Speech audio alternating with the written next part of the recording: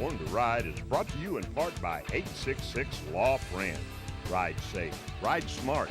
Offices in Palm Harbor.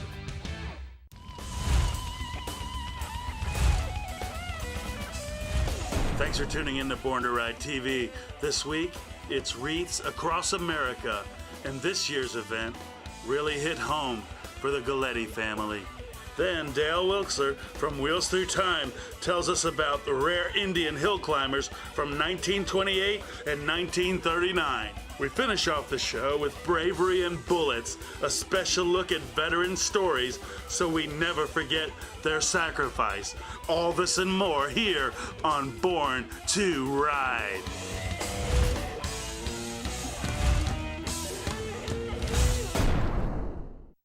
I'm Kevin Mack from Counting Cars on the History Channel. I'm Danny, a.k.a. the Count Coker, and you are watching Born to Ride TV. Stay tuned! Woo! Oh, yeah!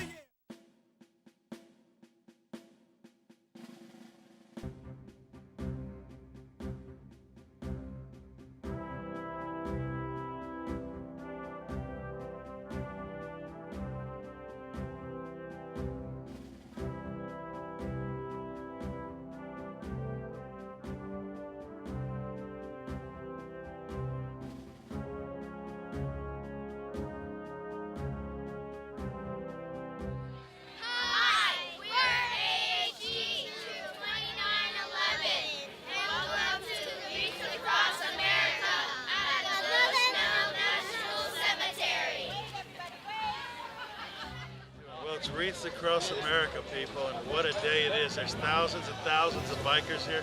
There's thousands and thousands of Americans here. This is what America's all about. We're honoring our military, our veterans. We're laying wreaths on the graves of thousands and thousands of people today.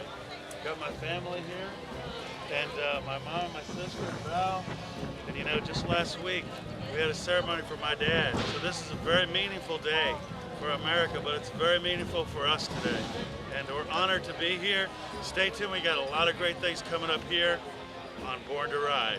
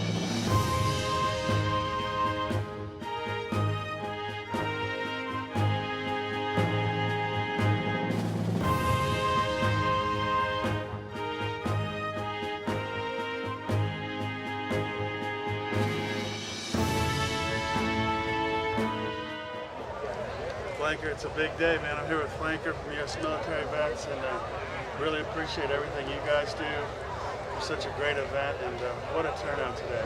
Oh, it's been great, Ron. And I can't thank you enough for Born to Ride support our event. This year we'll be placing 21,600 wreaths on veterans' graves. It's the largest wreath placing that we've had so far, almost double from what we had last year. We had placed 12,500 wreaths last year. As you can see, the crowd has been phenomenal. They're still pulling off the interstate from what I'm being told and everything like that.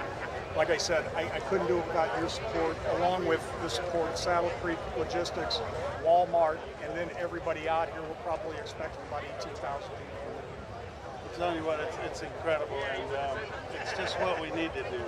It's the right thing to do, and you know how great it is, and that's outstanding news that we doubled it from last year. Man, how does that make you feel? Oh, it's outstanding, and actually, you said it, it's the right thing to do. The way our corporate sponsorship was and the support that I get from the corporations within the western central of Florida has been phenomenal this year. They've all ponied up, they've all stepped up to the challenge to get on out here and remember our veterans. It's just an incredible day, and the feeling you get when you look at it, the thousands of not only bikers but Americans, man, and they're supporting this. And it's so important to our country, but it's important to the people who are here right now, because when I was coming up here, man, for miles it was a backup on the interstate, man. I mean, it was backed up everywhere. So it's just an incredible feeling, and I'm so honored to be here. And congratulations to all the hard work you guys put into this. Well, Ron, thank you. And again, I appreciate Born to Ride being here. And like I said, I couldn't do it without you guys' support as well. And you said, you know, it's not only bikers, and I get that Born to Ride is part of it, but in World War II, it was so cool. About 3 years ago, one of our World War II POWs said, you know, told all these people out here, and then when you pan on out, you can see that it's not all bikers here. And the World War II POW goes, don't give these bikers a bad name. They're the ones that put this together. So I appreciate everything.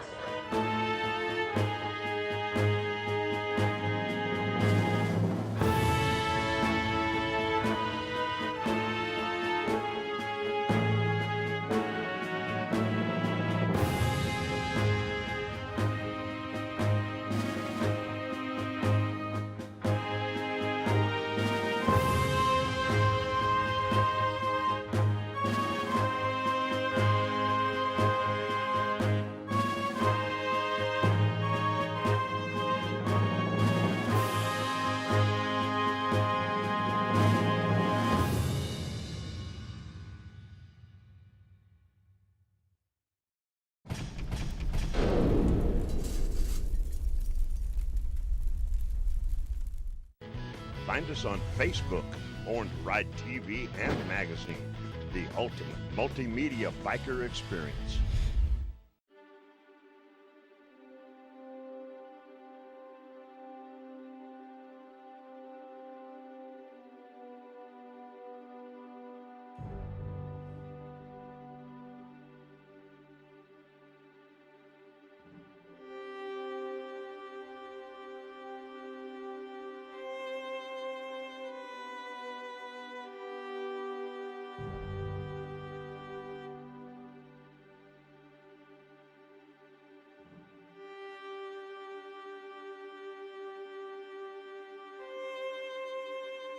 No, you know, it's just so important, and I can't say enough. When you look out and you see the support, and this is America, you know, it's the motorcycle, it's the bikers, it's corporate, it's, you know, it's everybody coming together, but you see the old veterans, the young veterans, and it really means a lot. When you see the Marines dressing in marine blue, and there's guys over here like George Washington days, man, you know, it really means a lot. So let's explain real quick.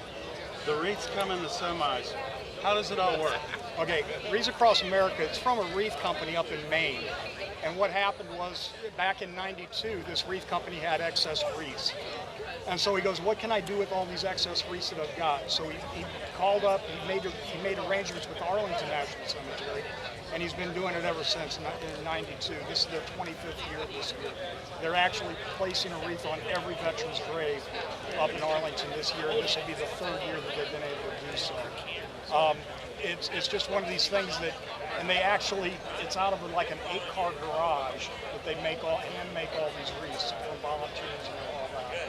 So it's just a phenomenal thing of what they do.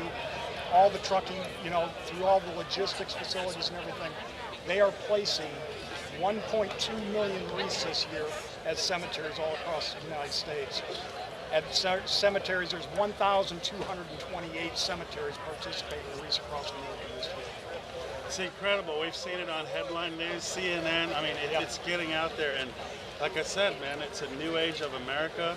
America's supporting this, and it's great to see it. And you know what I can smell right now? Smell that, man. Does that smell good, brother? I know it. I know it. Smell good, I tell you. brother? And if I get, let me put one more plug in here. They're taking down, all these wreaths will be taken out January 20th. So if you're not here, get up here before January 20th. You'll smell these wreaths when you enter the cemetery. 21,600 wreaths. Thank you, brother. I really appreciate everything you guys do, Flanker, and it's an honor to be here. And you know what? We'll be right back with more Wreaths Across America on Born to Ride.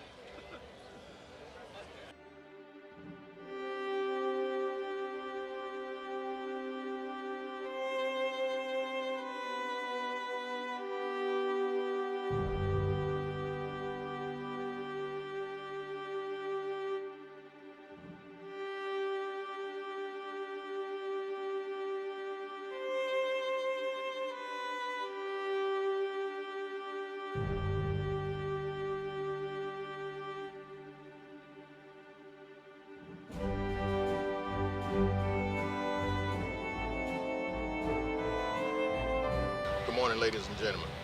I am Steph, president of the Buffalo Soldiers Motorcycle Club here at the Florida Mother Chapter out of Tampa, Florida.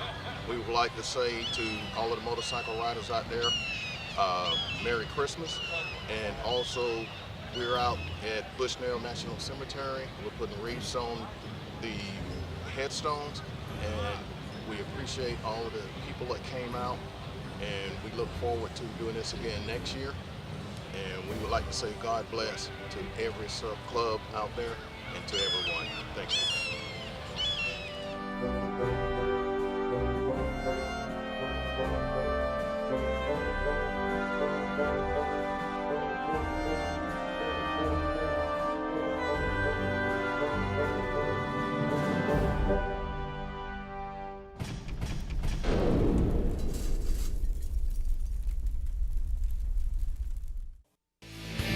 Born to Ride magazine, the hottest, baddest, most popular magazine for the biker lifestyle. Hard-hitting, action-packed, up-to-date, real content, exclusive stories and interviews that always leave you wanting more. Local and national coverage that you can always count on. Born to Ride magazine can now be delivered directly to your door. Only $39.95 for 12 issues. Order now. Order now. 888-795-5779 or check out borntορide.com. Born to Ride.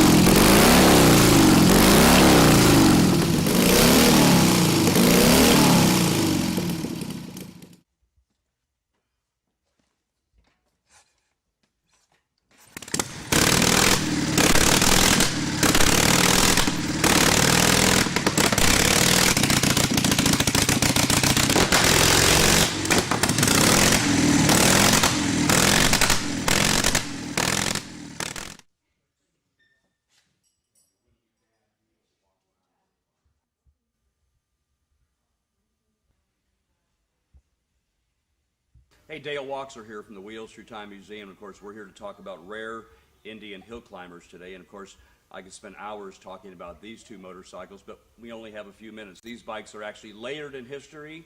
1928 Indian hill climber, 1939 Indian hill climber. What an incredibly rare bike this is. A61-1 Indian Altoona 61 cubic inch alcohol burning hill climber in completely original condition. Some great features.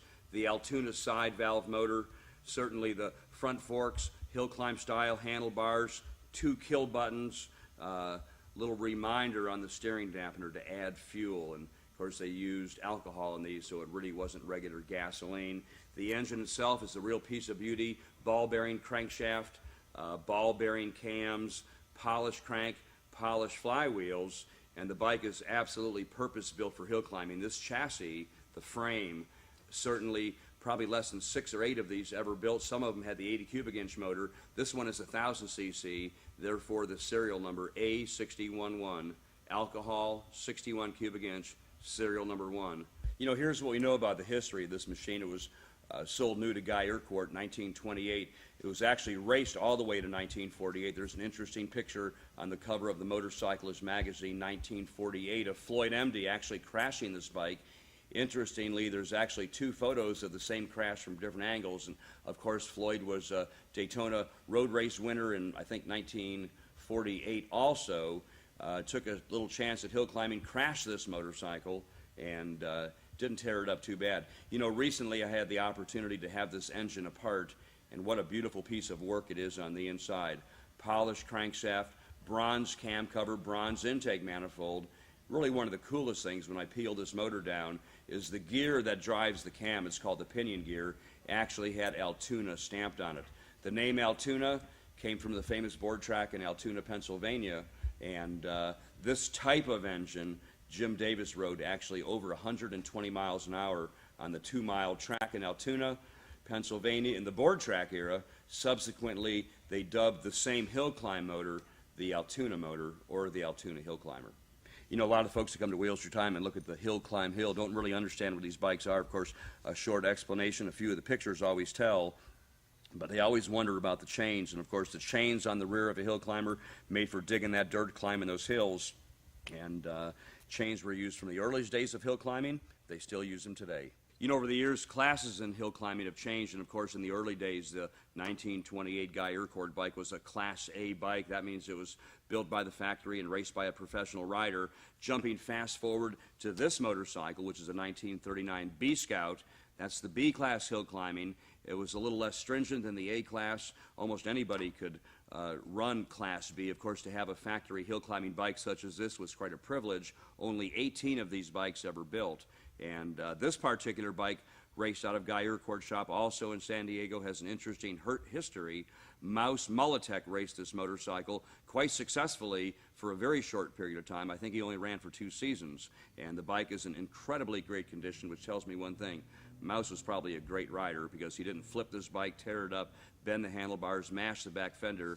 I did notice one scratch on the back fender, but the bike is in incredible original condition. Original tires, 45 cubic inch Scout motors, serial numbered as a factory hill climber, and throughout, this motorcycle is just as good as any hill climbing bike as I've ever seen. You know, FCI 18, that's this motorcycle, recently found its way to Wheels Through Time, and the previous owner is a good friend of mine, and he had actually taken this bike out on the Antique Motorcycle Club America circuit, had it judged to really prove its provenance. I think our friend Robin Markey, who's probably the premier, really the expert in Indian history, I think he gave this bike high marks, 98 points out of 100.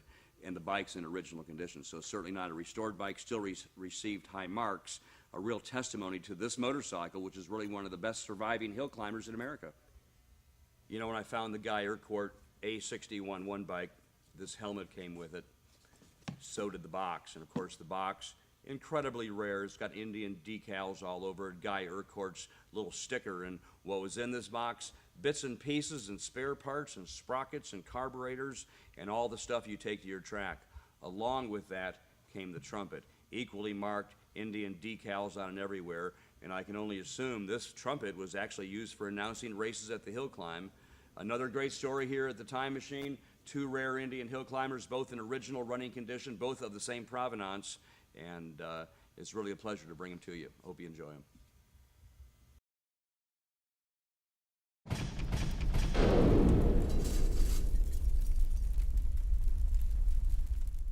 Everyone was right, I was born to ride. Born to Ride is a multimedia marketing and promotional machine with TV, magazines, streaming radio, and internet advertising opportunities. There are tens of thousands of motorcycles. We reach the people who ride them. Born to Ride. Find out more at borntoride.com.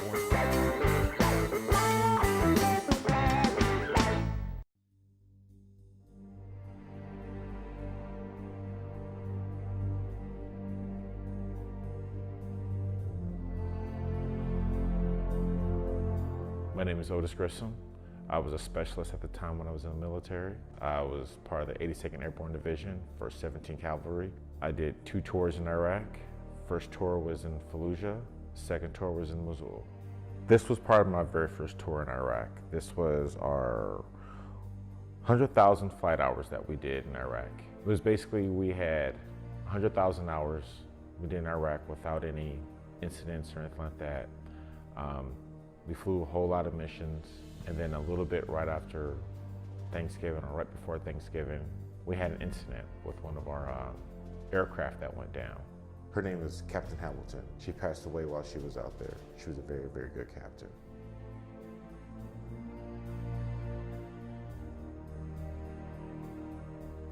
During that time when I was in Iraq, I worked what we call the midnight oil shift.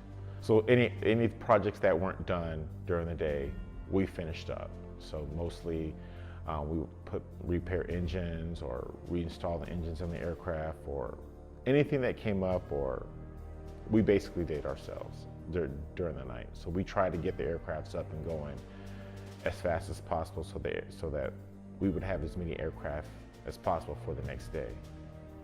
It's different being a vet. It's not what you think it is.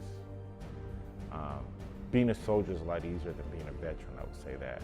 You have somebody that's there for you when you're in, and you can always turn to them for help, or they're always there to pick you up when you're down. When you're a veteran, you're kind of like alone. You're kind of like that. You feel like that you should be with a bunch of pack of wolves. So I kind of miss that. That's the only thing I miss is being with the pack of wolves that I was with, and had fun with them and everything like that. Even though that sometimes we had some bad days, but some of those bad days we had better days than bad days. So.